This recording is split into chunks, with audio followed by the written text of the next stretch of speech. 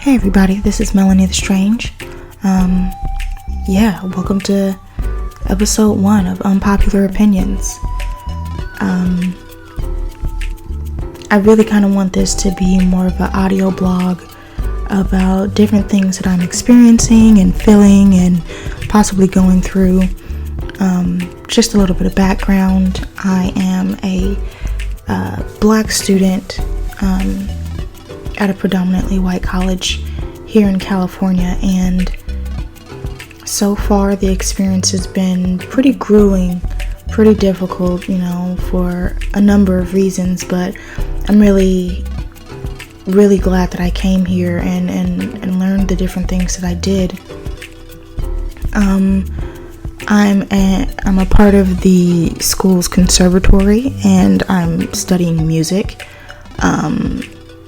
which is great. Actually, I'm actually studying industry, and all the different parts that are encompassed in that.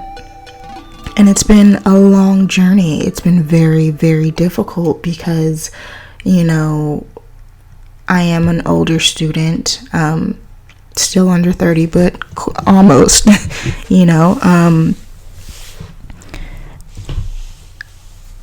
I've had a lot of setbacks, and this was a very momentous occasion for me. I was able to experience things that I had never experienced before, and learn things that I had been so hungry to learn about the music industry. And I've met some wonderful people, and I've started to really take into my own and really learn a whole lot of things. The aspect of industry I want to know more about is primarily music supervision, and I know a lot of people don't know what that is, and that's basically when you add music to any scene or a commercial or a movie, anything like that. And I thought that was really cool because a good portion of my upbringing was in front of the TV. I'm a 90s kid, you know what I'm saying? But also I love music, and I love different kinds of music, and I love how it worked within a scene, and I love cinematography, and I figured that's something I really wanted to expand on and learn more about. So while I'm doing my undergrad, I'm trying to find as many opportunities to learn and research as best as I can, and really do things that haven't really been done in the various communities that I'm a part of. It's not unprecedented, but it is rare to hear from music supervisors that are black or women, or have studied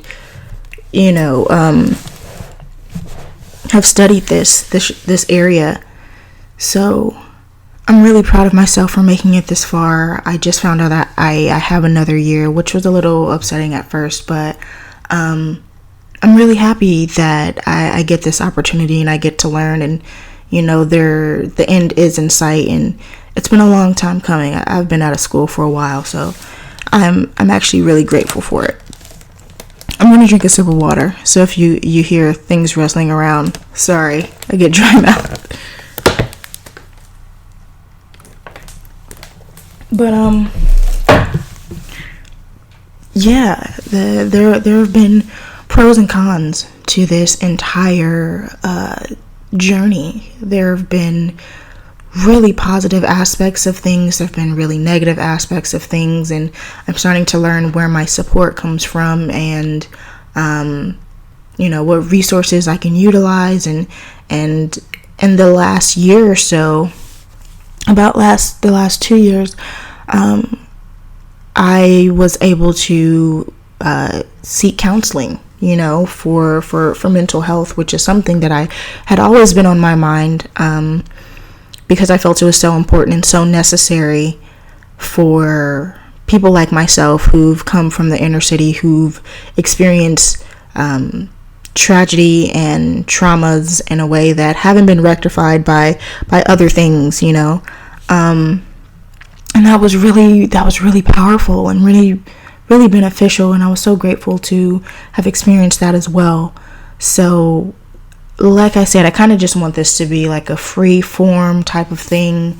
I just talk into the mic, and on occasion I'll bring up some really interesting topics that I feel like relate to young people these days, or, black people or women, or anything that might be, stimulating and socially conscious that I want to address. But I will say that a lot of my opinions they're unpopular. They're biased, and they're not always going to be 100% accurate, but I want to do this so I can, help and strengthen myself and being able to feel free in talking about the different things that I'm experiencing, but also really have the ability to voice my opinion and start a conversation about things and see from different perspectives that might be negative or might be positive or might be obscure. And I'm okay with being wrong. I'm okay with learning and experiencing things, as long as that's where you all come from as well. So I'd love to just create a dialogue and get to know a little bit more. So I said a little bit about me, and I don't really have a format or anything like that, but I do want to talk about what it's been like for me as a student, as a non-traditional student, coming to a predominantly white college, and just experiencing things in a completely different area. This isn't the first time I've stepped out into the world on my own. I've had some crash courses early on, and I'm not afraid to really jump into it and figure out what works for me.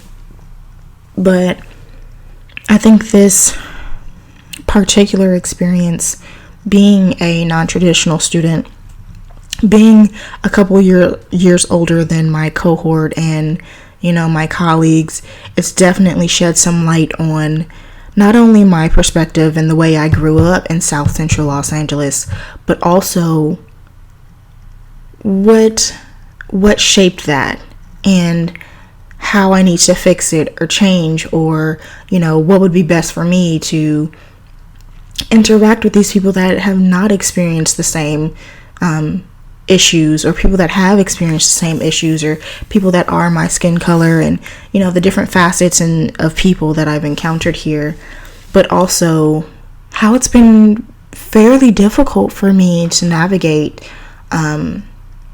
with all of the things that I just mentioned. So if you're ready, I'm ready. So let's get into it.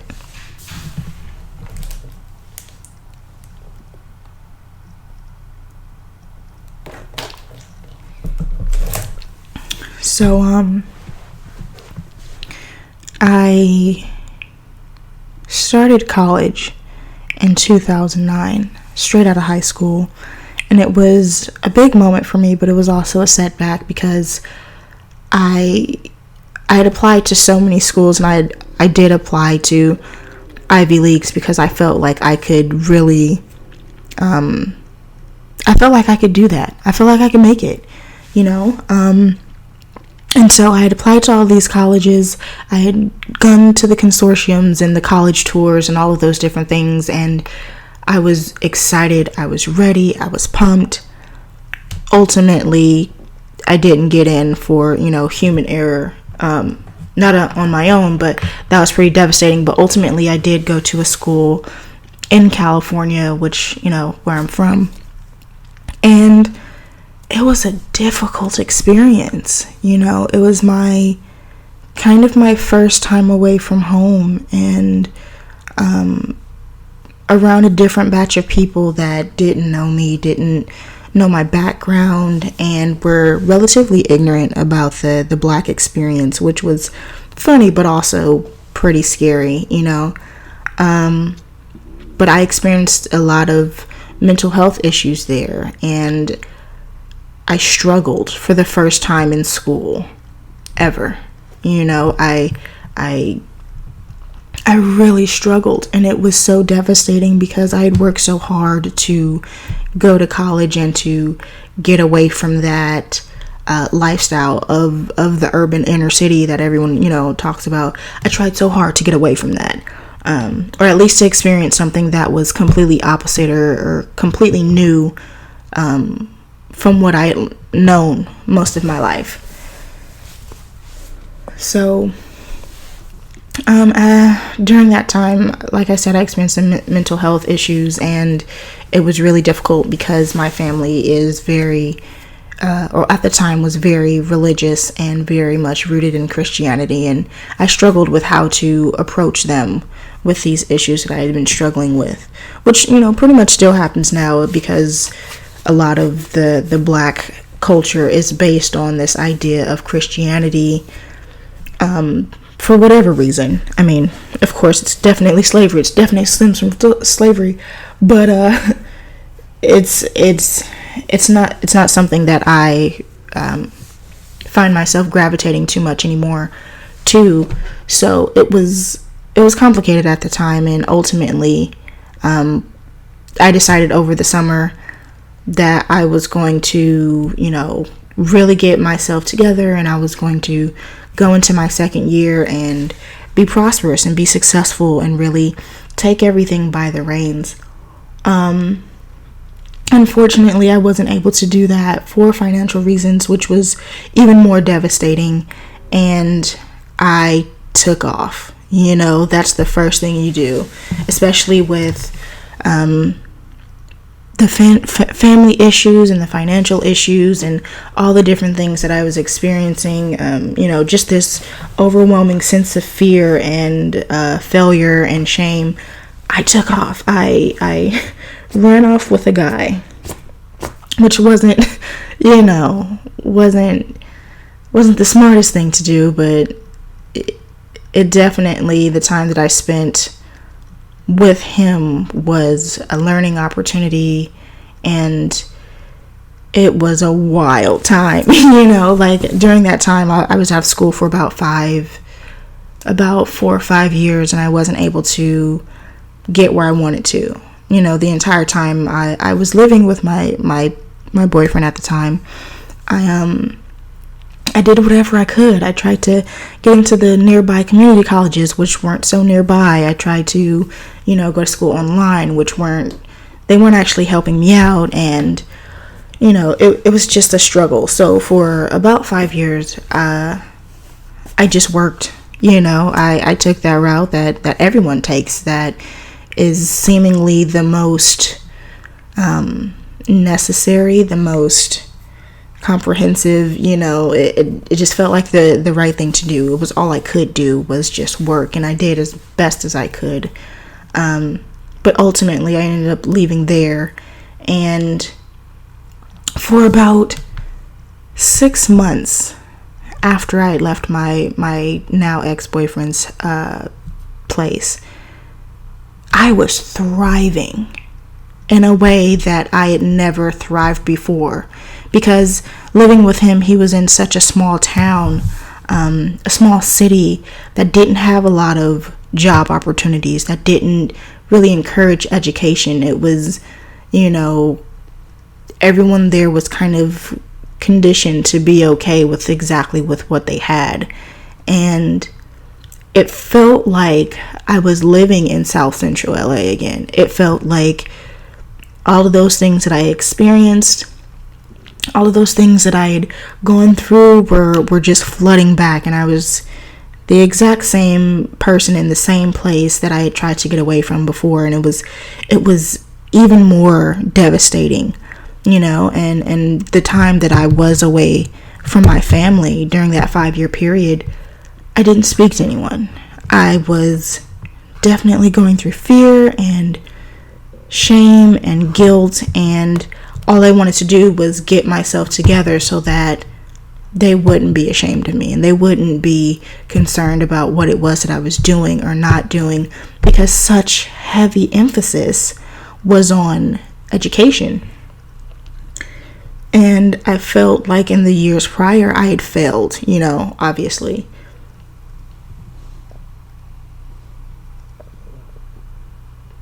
So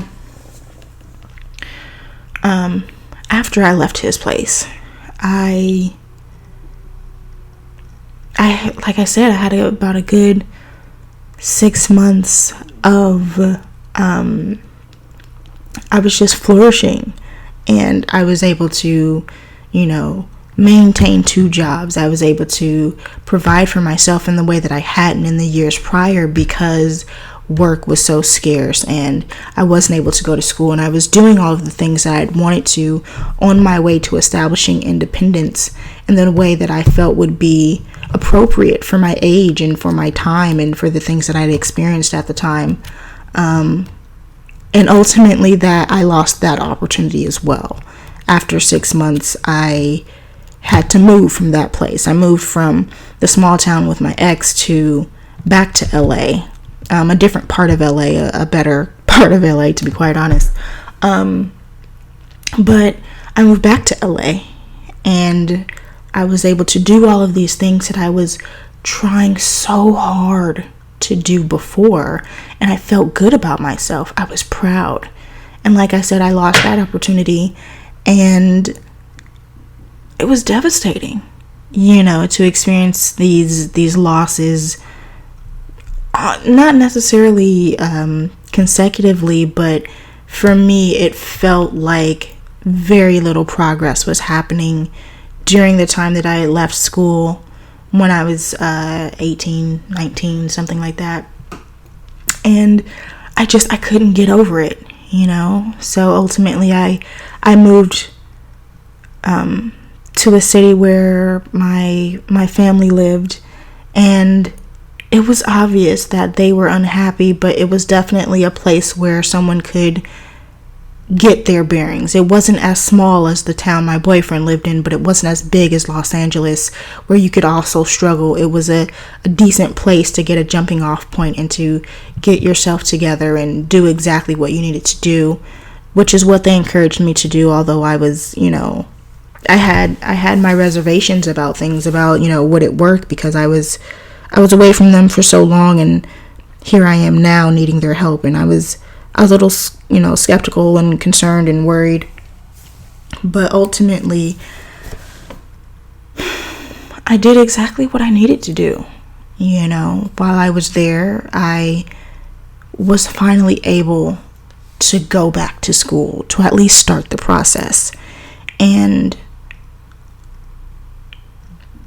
going into that was a struggle as well. Other things were happening, but I was proud for the first time in a very long time.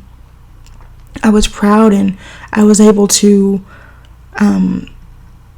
really start on the path that I had wanted for so long, and it finally felt like it was going to come to fruition. And it was, I started a music program. I had support from my classmates and my colleagues and my professor, who really believed in me. And it was the first time in a long time that I kind of felt a little bit better about myself. Although it was difficult to jump back into that situation of learning and tests and, seeing all these different people around me who, from my own insecurities, I felt like they were watching me and they were judging me, and they saw my insecurities, when in actuality that wasn't true. But it was scary. It was scary, but it was also exciting. And while I was there, I learned so much. I started creating, and I was getting into the groove and learning exactly what it was that I wanted to do, and being proud of that and sharing that with people. Because like I said before, I didn't have that opportunity, and I didn't necessarily feel like it was something I could do. So I was happy. I was not, I won't even say I was happy, because, emotionally I did struggle a lot. My weight had gone, through the roof, and it was definitely noticeable, and, people definitely commented, or at least in my family they did, which was, difficult to hear as well, but, whatever.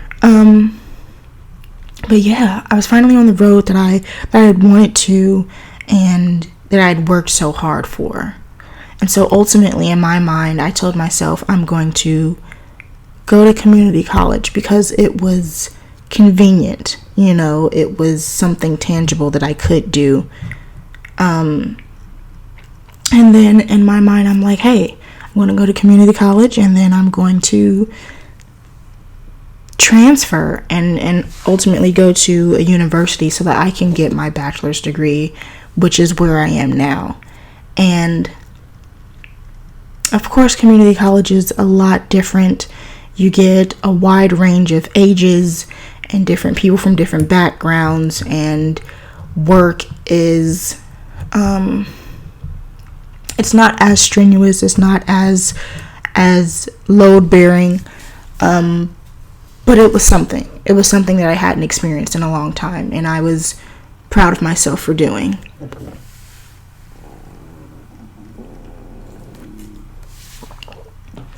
So sorry for the water breaks. But yeah, it felt good. And I wanted to find a school that I could go to that would benefit me in all the right ways, and I chose a relatively prestigious college in California and the Bay Area. And it was just interesting. It was an interesting dynamic, and it's not something that I'm not used to or that I haven't experienced, but there are very few people of color here on this campus. And the attention to the people of color on this campus is very minimal. My first year being here, I definitely struggled financially in a way that I wasn't prepared for, which was heartbreaking because for the same reasons that I left my very first college that I had gone to, was the issues that I was having here. And it was like deja vu. It was like a flashback. It was like, maybe this isn't meant for me. Maybe I messed up. Maybe I'm not as smart as I thought I was. I'm not prepared. I'm still a child. I don't have X, Y, and Z. I haven't established that level of independence and security and responsibility for myself that I'd wanted. And it's so difficult to really get through college without having that level of support. So I did what I could. But here on the campus, I didn't have the support that I thought I would. Resources are scarce, especially for me as a non-traditional student. I didn't have access to certain scholarships or different grants and different things, which made it very difficult. And it was kind of disheartening. It was very, very heartbreaking. Luckily, I was able to rely on some people in my family to help me out, in which I will say right now that I am indebted to them until the day I can pay it back, like my loans. But it was hard. It was hard to really ask them for that and really involve them in such a personal process, I felt, because this is definitely a younger person's game. This university, college life, it's definitely a younger person's game. Definitely a more privileged experience. Definitely an experience that requires the backing support of family members and people who are financially responsible and can help you and can take care of you or can assist you in a way that would be beneficial to your educational career. And that was something that, harkened back to me being a product of South Central, was that you don't necessarily learn financial literacy. You don't necessarily learn how to navigate the college experience. No matter how much you think you know or try to know, you're never quite prepared. And coming here, when I asked different people on campus for resources or for help or anything that I might have needed, it was almost like they were like, huh, what, you need help? You don't know what this means, or whatever it is. And I felt really bad. I felt guilty. I'm like, man, did I not do enough research? Did I not learn enough? Did I not do all that I can in preparation before coming here? Is this genuinely my fault? And that's a sense of guilt and shame that I'm carrying even now. You know what I'm saying? It's complicated, and it's really, it's emotional. It's emotional because societally, as a Black person, as a woman, as any sort of marginalized group, you're not necessarily given those same opportunities to even experience or to learn. Like I said, you're not taught financial literacy. You're always taught that, whether it's some sort of undermining or microaggressions that, or even blatant racism, that you don't deserve better opportunities. That where you are, who you are, is all you can be. And I know that sounds strange to some people, but it's definitely the truth. It's absolutely the truth. Is that, the first thing that came to mind when I went to school the first time, getting straight out of high school, was that I'm pretty smart for an inner city kid. I can't live up. My public school education doesn't match up with someone else's public school education who lived in a better area, who could do, a little bit more, and it could experience more, and or it just readily had those opportunities at their fingertips. And I tried to make that happen for myself when I was younger. When I was a teenager, I'm like, I'm going to, experience all these different things. I'm going to listen to metal, and I'm going to, really just try to broaden my horizons, because I felt so limited in a lot of the things that I was experiencing. And I thought it was a phase. I thought I was being emotional at the time. When I was a teenager, I thought I was just going off and being a brat and feeling sorry for myself, when in actuality, those things are very real, and they should be noted and be acknowledged. And the mental health stressors that come along with it should be acknowledged as well. Because I actually saw this not too long ago. I think it was like on Instagram or something like that. No one ever really cares about the inner city kids' mental health. You've experienced drive-by shootings, you've experienced, murder and poverty and all of these really awful things, but no one's running to make sure those kids are okay, because it's also like a reminder, a reaffirmation, or an affirmation, you should say, that this is where you belong. And you shouldn't know more. You shouldn't have experience or exposure to more, because no one cares. So it depends on the Black people and the people who've come from these communities to give back and do things for their communities, to encourage the children, encourage the people of those, those cities, those little alcoves of people. And it's so complicated. It's so difficult, because people don't understand the gravity and how necessary it is to see someone like yourself actually succeed and prosper in something that's not stereotypical, and that's not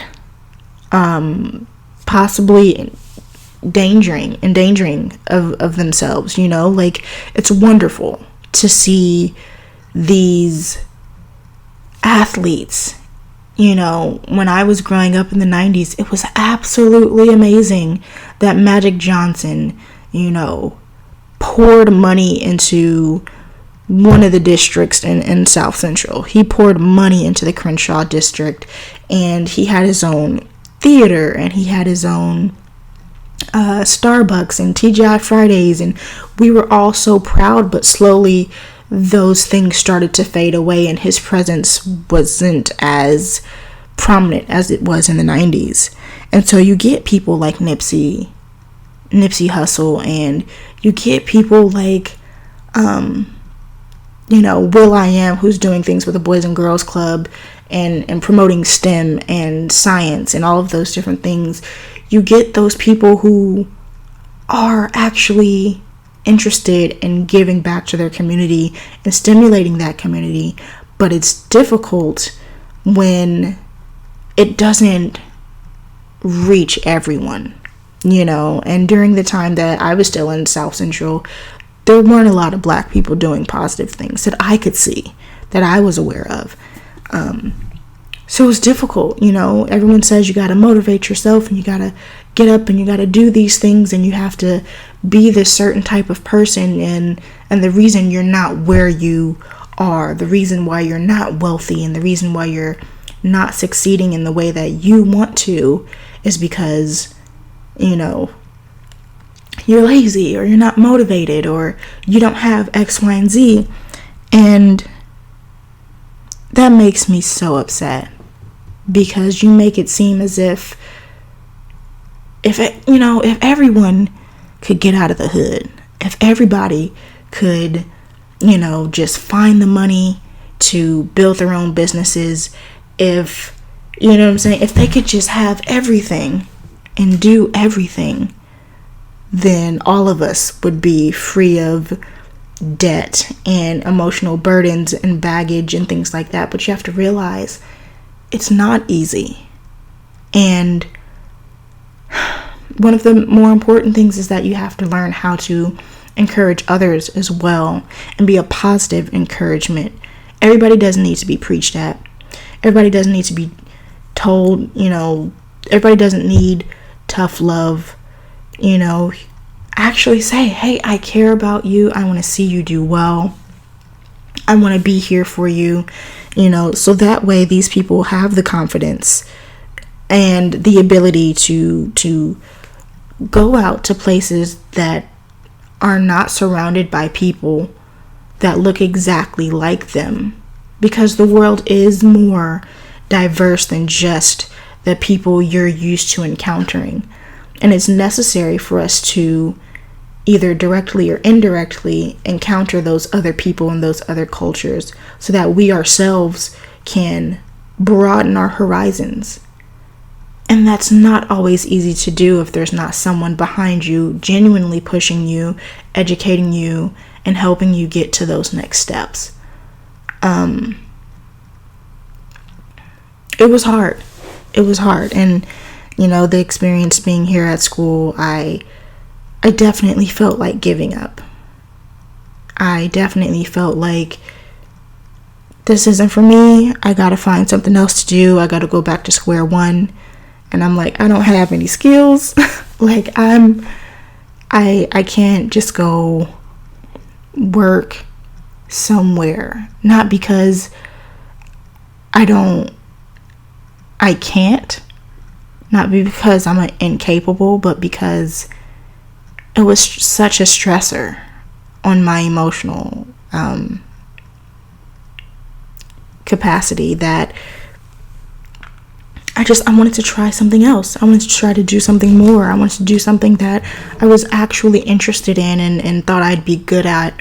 And that was my whole purpose for going to college. That's the quote unquote American dream.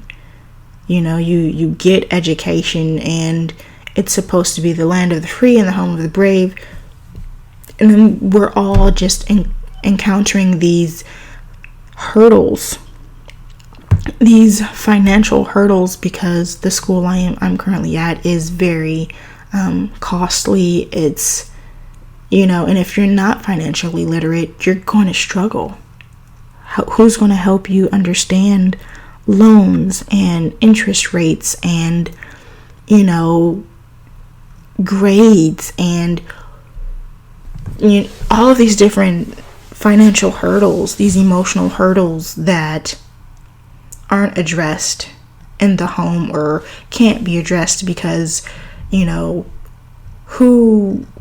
do you know that could educate you on something like that? How do you find the right information? How do you find, the right resources or any of those things to really propel you forward? And it was definitely difficult. It was hard because as much as I want to reach out to certain members in my family and really, really express to them how I'm feeling emotionally about, I'm feeling terribly stressed. I'm feeling, overwhelmed in so many different ways. I'm trying to take in so much information, but also I'm trying to establish that sense of identity and independence that I wasn't able to do in the years prior. And now I'm older, and there's a different sense of guilt that can't really be explained when, you don't have a car, but you're almost X, Y, and Z years old. You don't really have, the understanding. I don't have that understanding of money management and what to do and how to set money aside. And, those things really elude me. I have no idea. And I'm trying to learn all of these things by myself, one by one, but also carry 18 units worth of classes, a job, and all of these other things. And it feels so complex when you don't have the support of certain people. And, I feel isolated. I feel drained.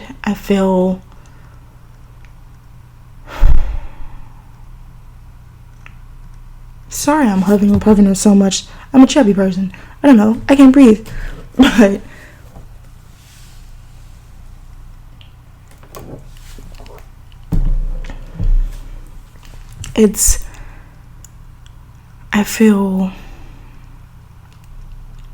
I'm questioning everything about myself.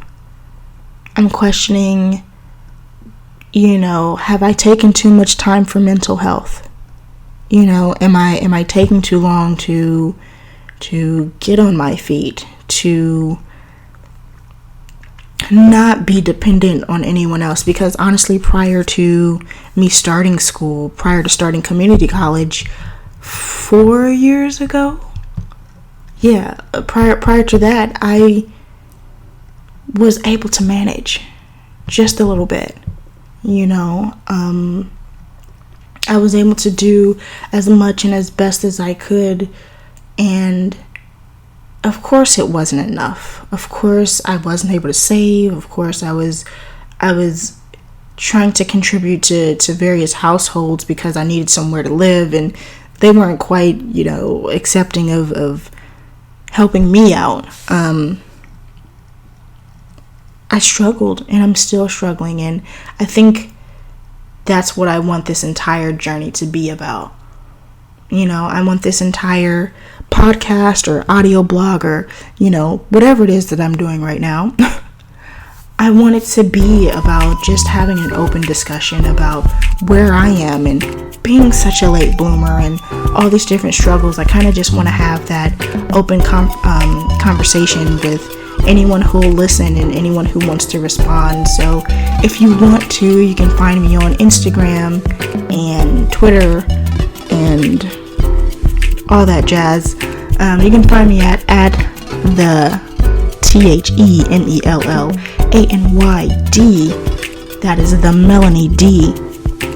You can find me on Instagram and Twitter, and if you hear this and you have something you want to say, just shout me out and make sure you add that hashtag, unpopular opinion. and I'll definitely know what we're talking about. So I want to thank everyone for listening, if anyone's listening. This was good. This was a positive experience for me, and you'll definitely be hearing and seeing more from me. I plan on doing music supervision stuff, so you can get to see a little bit more about that. Put stuff on YouTube and really just going into it. But I'm really glad I was able to have this opportunity. Again, hit me up on social media, all that jazz, and I guess you'll be hearing from me soon.